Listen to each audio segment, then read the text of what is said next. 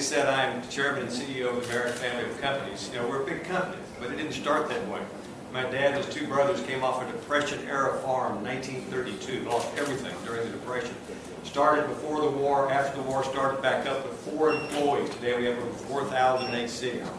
We understand the working man. We cherish the working man. You know, I want to thank the researchers, Dr. Shannon Speed and her team, for helping us shed light on this cancer called payroll fraud or misclassification of workers. 40% of workers in Texas, according to the survey, are misclassified. That's over 300,000 men and women. What does it mean to be misclassified? What does it mean to be an independent subcontractor? First, you're responsible for your own payroll tax. You're paid by the piece. You're not paid by the hour. You don't get overtime if you work over 40. And you don't get accident training. I mean, you don't get safety training.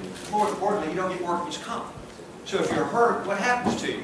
Well, you know, you have an owner that builds a huge building that makes a huge profit. He has a contractor he hires to supervise the subs. He has the subs, and then he has the independent subcontractor. The independent subcontractor gets hurt without workman's comp. His only resource is the ER at sea. They take great care of him, fix him up. Do they call the owner of the building? No. Do they call the contractor? No. Do they call the subcontractor? No. They just chalk it up to indigent care, and then you and I get to pay for it on our hospital bills. That's not right. The workers need workman's comp. I come to you as a conservative Republican businessman. It's time for lawmakers to take this up in the legislature. We do have the Texas Workforce Commission that say they're going to look into the issue. We need our legislators to do this.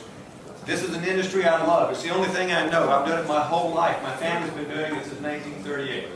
And I don't like the way that it is. And I've got 2 boys that hopefully will come into business, and I do not want to leave it like this for my 2 boys. I want to change it. We need a true employee-employee relationship that pays by the hour, pays payroll taxes, provides workman's comp, does safety training, and provides a career. That is the only way we are going to attract young men and women into this industry. If we leave it the way it is, we're going to wake up one day and we're not going to have any workers.